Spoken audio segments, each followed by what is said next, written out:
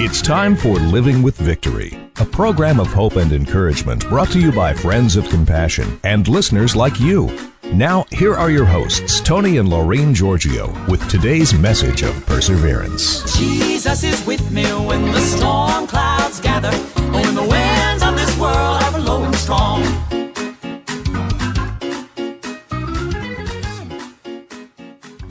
Welcome to Living with Victory, where life isn't about waiting for the storms to pass. It's about learning to dance in the rain with spiritual perseverance and faith, above all in Jesus Christ. Hi, this is Tony Giorgio. Welcome to another program of Living with Victory.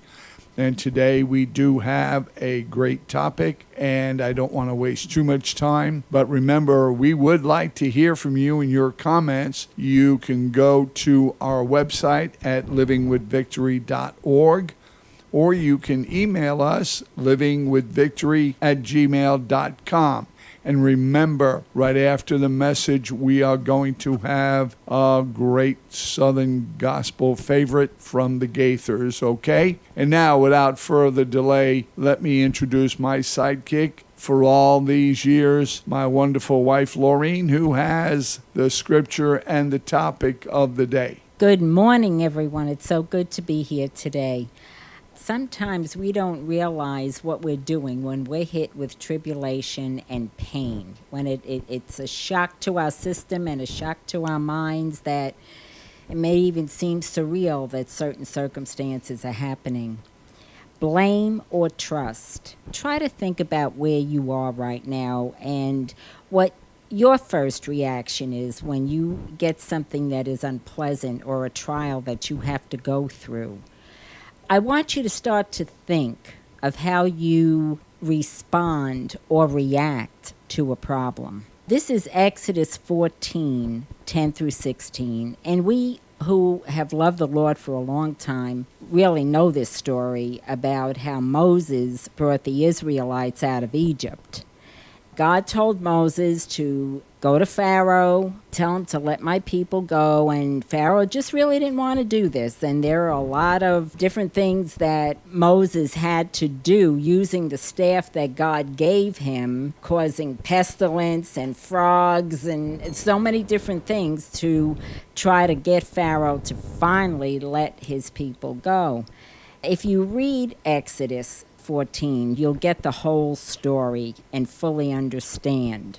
Verse 10 says, when Pharaoh drew near, the Israelites looked up. Now, Pharaoh finally decided to let them go. But then after he thought, why should I let them go? Who's going to, they were slaves for 400 years in Egypt. Who's going to be doing all the work for us? And behold, the Israelites looked up, and behold, the Egyptians were marching after them. They decided to go after them and stop them from leaving. And the Israelites were exceedingly frightened and cried out to Moses. And they said to Moses, is it because there are no graves in Egypt that you have taken us away to die in the wilderness? Why have you treated us this way and brought us out of Egypt? Did we not tell you in Egypt, let us alone, let us serve the Egyptians? For it would have been better for us to serve the Egyptians than to die in the wilderness. I'm going to stop right there because I guess their first reaction was to blame. Right. I didn't see any faith in there. Do you? No. Did you see any faith? No, they didn't consider, like you say, God's will for their lives at all. Not at all. It was a selfish attitude, What's going to happen to us? You made us do this, forgetting about the Almighty and His purpose. Do we do that? Because He does order our steps. Do we allow God to take us through certain trials for the purpose that He has for us? Or do we constantly complain or blame Him or blame the people around you or blame? Or do you dig your heels in and decide to just say, Lord, no matter what, I'm going to trust you? Well, most of the time we go down kicking and scratching and following, but we're screaming, yelling, I don't want to do this. It's not right. Why should I do that? Sounds familiar? Yeah, we've all done it, and that's how we do it. Well, they were talking out of their fear, and we all have fear. Well, yes. You know, we have a circumstance totally too big for us to handle, and we panic as they were panicking. And of course, Moses, now these are over 1.5 million people out there going, what do we do? What do we do? What do we do to Moses? And Moses is going, help me, Lord, you know. But Moses decided to trust God. But I do want to point out that here, as Tony said, they didn't think about the will that God had for their lives, that maybe God was bringing them into a better circumstance. Now, for 400 years, they lived with this. And when you have something that you've lived with for so long, when God is trying to heal you, we fight him. Because it becomes a habit, you know, good, bad, or indifferent. We're used to it, so we've sort of settled into it, and we don't want to be moved from it because, yeah, it did get comfortable. It took time to get used to, but obviously they were happy because they're saying, and what's the matter? There were no graves in Egypt that you had to take me out to the wilderness? But we have to think about our own circumstances. Are we willing not to follow God's urging? If you have a pain and God is urging you to go to the doctor and you just want to live with that pain, which they obviously would have rather lived with the Egyptians, holding them as slaves, rather than having their freedom, believing God, and moving on with him. It's just a habit that people form. You know, they don't like anything different, new, good, bad, or indifferent. And that's our problem. That is so true. And, you know, the thing is, when you panic, you can't think and you can't pray. And actually, the first response should be to go to God and say, Lord, I can't handle this. I need your help. It is hard to do if you're not really immersed on a daily basis. I wouldn't say once a week. I'd say daily in his word, and I mean reading his word. You know, nothing that you personally feel you like to read, but get into the Bible. You know, get a good Bible with a good commentary and work it out because it's all there. But we don't do that, and sometimes I find myself doing the same thing. My will, not his. And if I don't open up that book in the morning and read, then I'm caught up in that same situation because we're called saints. We're called saints. We're his saints. Yes, but we're a work in progress. A lot of us. We're not there yet. None of us. Nobody. Me, you, I don't care who it is. So we're not to be that hard on ourselves, and we're not condemning everybody because we're in the same boat. Exactly. I have learned that the more you stay in the Word and the more that you stay close to Jesus, and you need to do this even when times are good because you will not be ready when you're hit with a trial and think you're going to get close to him when it's there because it's not going to happen because the other spirit is in control and is going to pull you away from it. And I've had many, many instances in the last month at least with everything, the sale of the house, the change in the ministry. And oh, Lord, let me tell you, when he gets a hold of you and you don't have one foot over there where it belongs in him, man, he can drag you down, knock you, and you'll never come up. You know, we have to build our faith muscle over a period of time. It doesn't happen overnight. You have to do it constantly. Yeah, exactly. You know, just like us, when Laureen got sick, when she got her cancer, we changed our lifestyle, knocked us down, dragged us through the mud. I mean, the whole bit with the cancer and all. Now we went and we started to exercise those muscles. We started to change our diets, and it took me 2 years before I really got used to not eating pasta, number one, and losing 100 pounds, number two. So it takes time. It does take time. Yes. But the biggest change that you could make in your life is to get close to Jesus. And if you feel that you're not as close as you would like to be, Remember, he never moves. If you're not that close, then somehow we move. And we need to make sure that that relationship is always intact. Now, Moses told the people, "Fear not, stand still, be firm, confident, undismayed, and see the salvation of the Lord, which he will work for you today. For the Egyptians you have seen today, you shall never see again. The Lord will fight for you, and you shall hold your peace and remain at rest." Those verses sound very good, 13 and 14.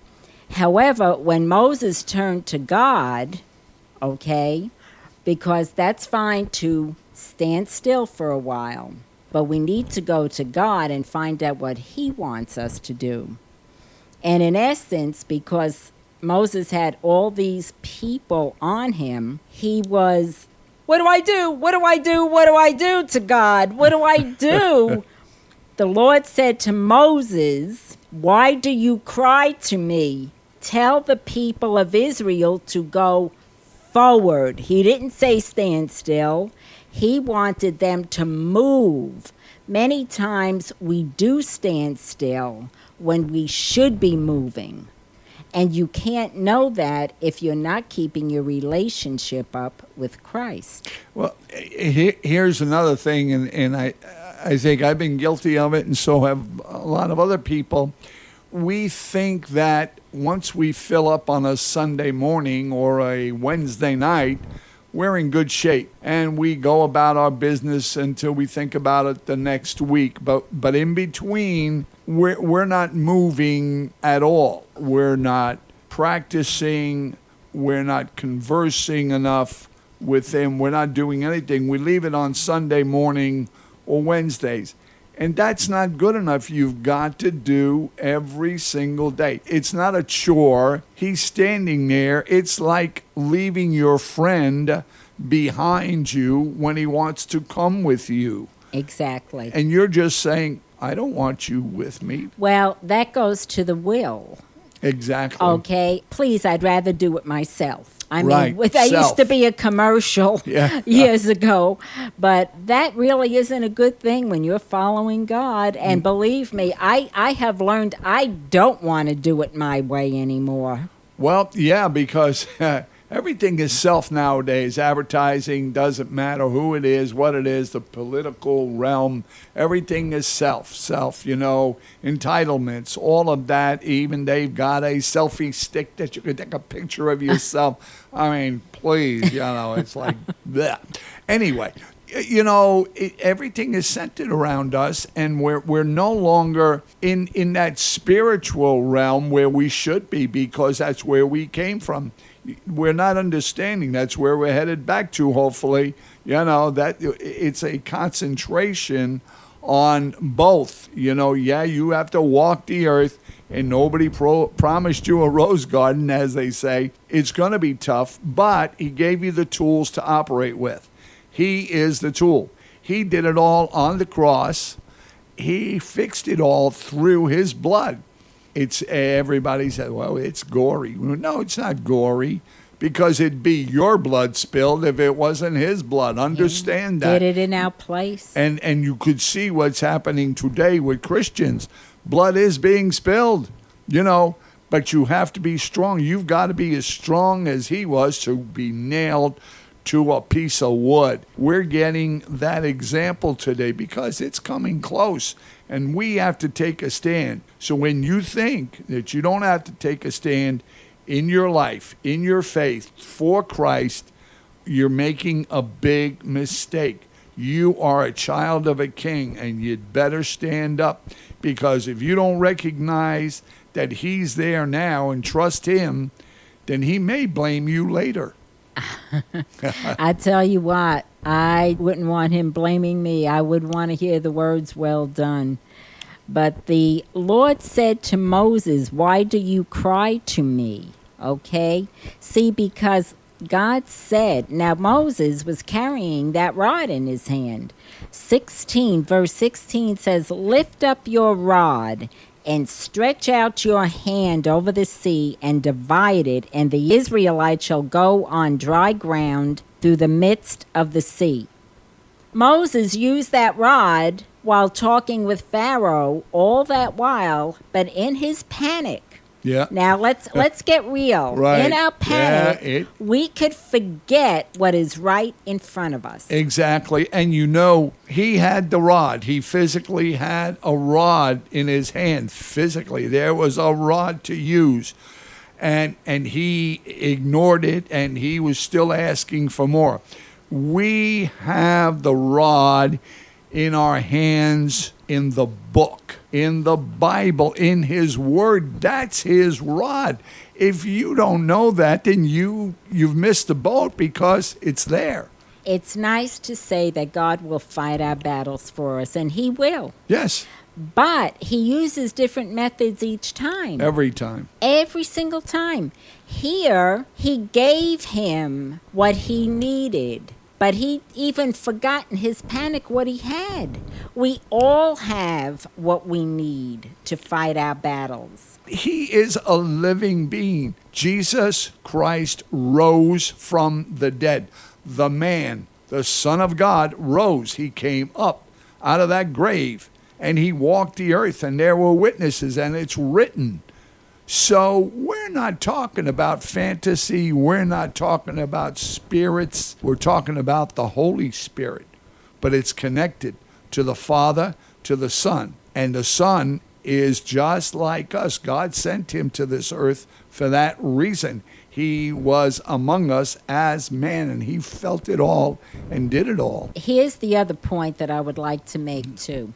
As a little child growing up in church, many years ago. You were one of those, huh? And I know Many years ago. We don't sing this song very much anymore, but all you need is Jesus. And I have learned that. Out of all those Israelites, nobody came up with a solution. Right. They just left Moses out there.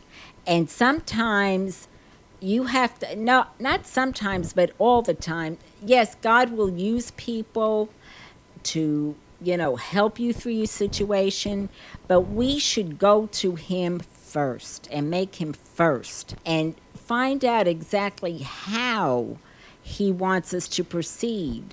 Don't take it on ourselves. Stay calm. Look deep inside you and find out the rod he has given us. Amen. For the situation and how to use it. Right. And who would think that he would open up the sea? But this is God we're talking about. He made that sea. Why can't he open it? That's right. He's a God of impossible things. Well, traveling through our lives 50 years, we have lots and lots of stories. And I've learned that, the big thing was, when you're networking, get the who's who to help you out. Go after the big guns and go after, get them on the board. They'll do so much for you. Usually it turns out, what's in it for me? That's it.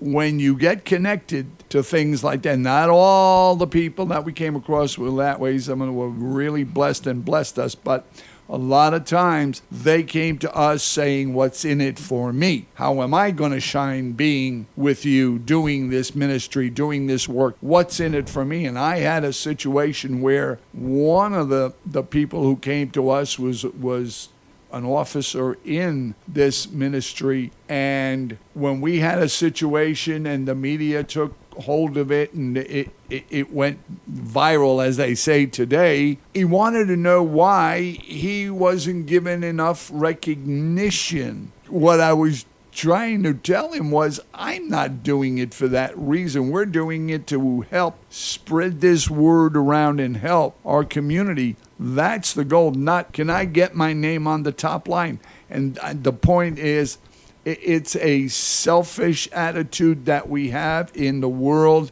and it's been going on and getting worse. But Christ is the answer. That's who you have to trust. You can't trust the big names, the big guns, the big money. Jesus Christ has it all because he gave us everything. Just follow however he wants you to proceed. Just stay with him and be at peace. Our weapons of going through are peace and love justice. God will give you justice. He will protect you as you're going through.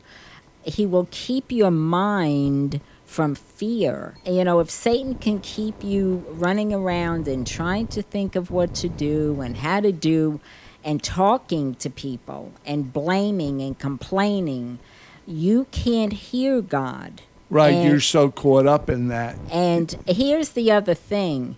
If you go on to read that whole chapter and even chapter 15 of Exodus, God even dried the ground for them to walk through. They didn't walk through mud. No, they didn't. And of course, it was bone dry, yes. But when they got to the other side, they saw that the Egyptians were drowned because they Yes. were trying to follow them. So God did take care of their enemies. Yes. He did not fail them. He is always faithful. Then they started to praise, and they wrote a song, and they started to dance and sing to God.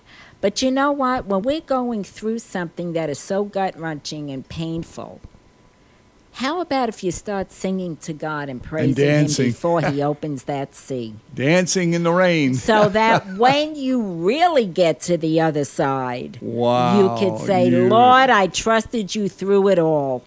That's right. As we go back into history, of course, you remember there was a President Kennedy and there was President George Washington. Well, there's a Paul, there's a Peter, John, and Jesus exactly in history, living and breathing. Yes. So remember that. The whole thing is trust, don't blame, and keep dancing in the rain because He knows the time. Not you. He knows our future. Just trust Him, because when He's finished, you will look back and say, now I know why.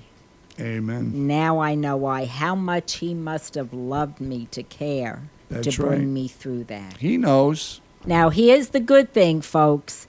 We get to go through this many times, so we have a lot of chances to get it right. Remember, not blame or trust, but trust.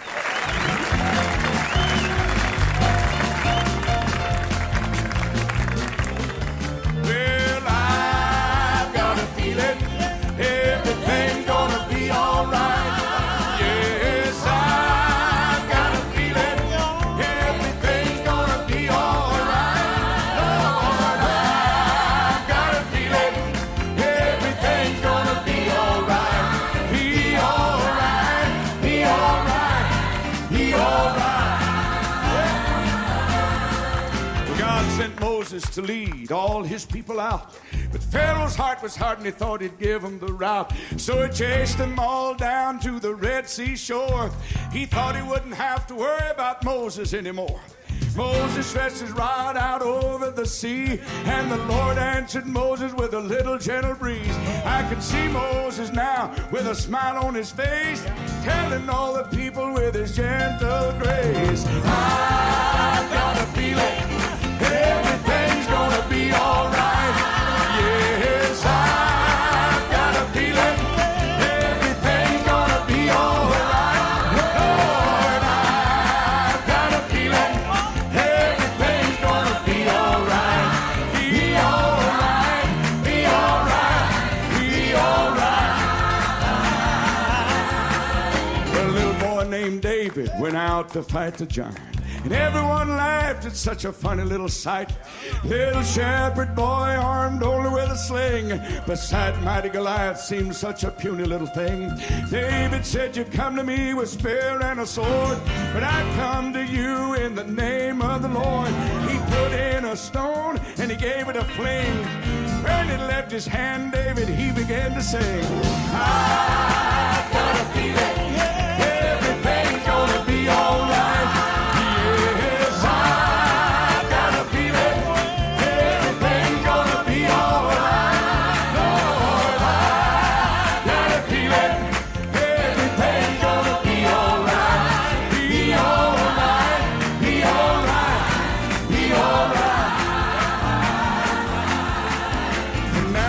Greatest story of them all. Jesus was a-dying and hell had a ball. All the demons were rejoicing. They thought they had won the war. But soon they would not be laughing anymore. On that first Easter morning when the sun woke up the earth, The caverns of the deep opened up as to give birth to a resurrected Savior with healing in his wings. Now the host of children rise and sing. Yes, I'm gonna feel it. Everything's gonna be alright. Yes, I got a feeling. Everything's gonna be alright. I got a feeling. Everything's gonna be alright. Be alright. Be alright. Be alright. Yeah, be alright. Be alright. Be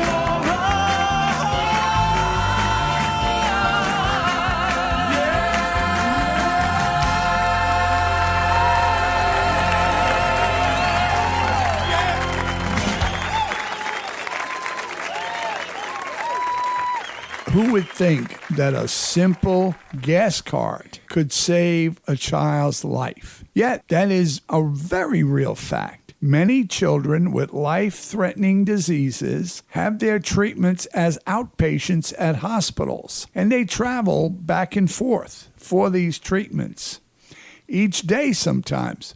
Because of the parents not being able to afford the gas, though, they miss some treatments. Sometimes it's putting food on the table or buying the gas.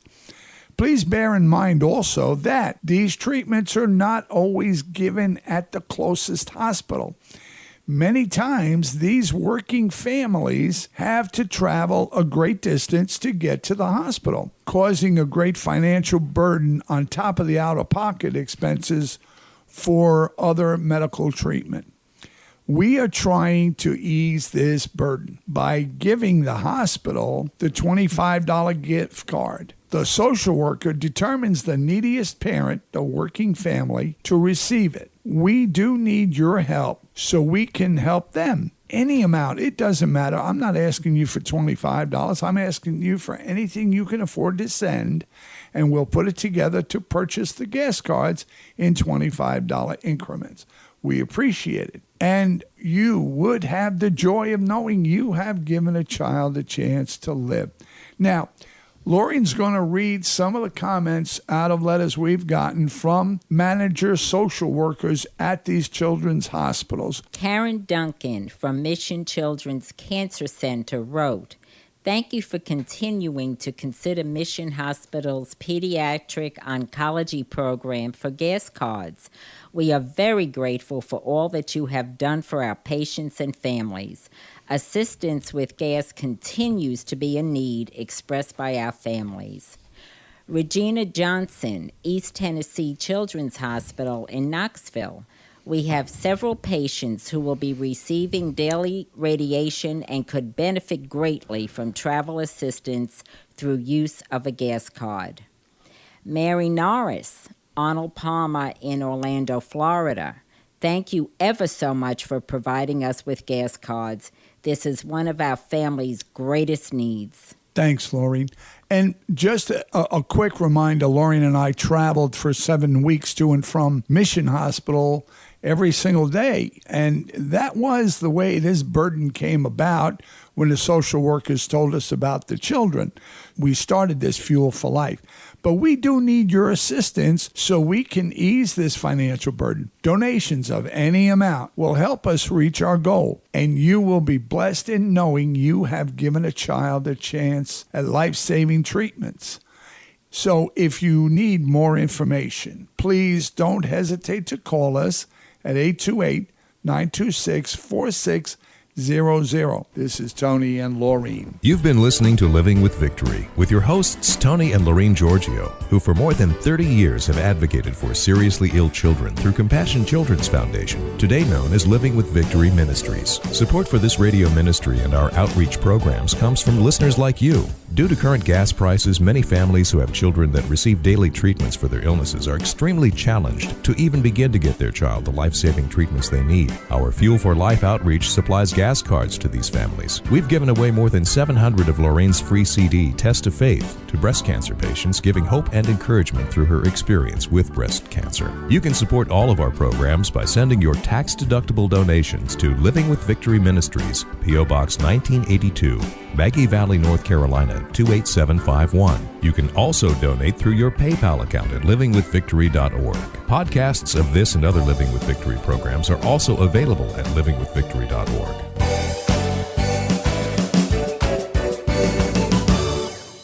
CDs of this and other programs are for sale at Grateful Steps Bookstore in Asheville.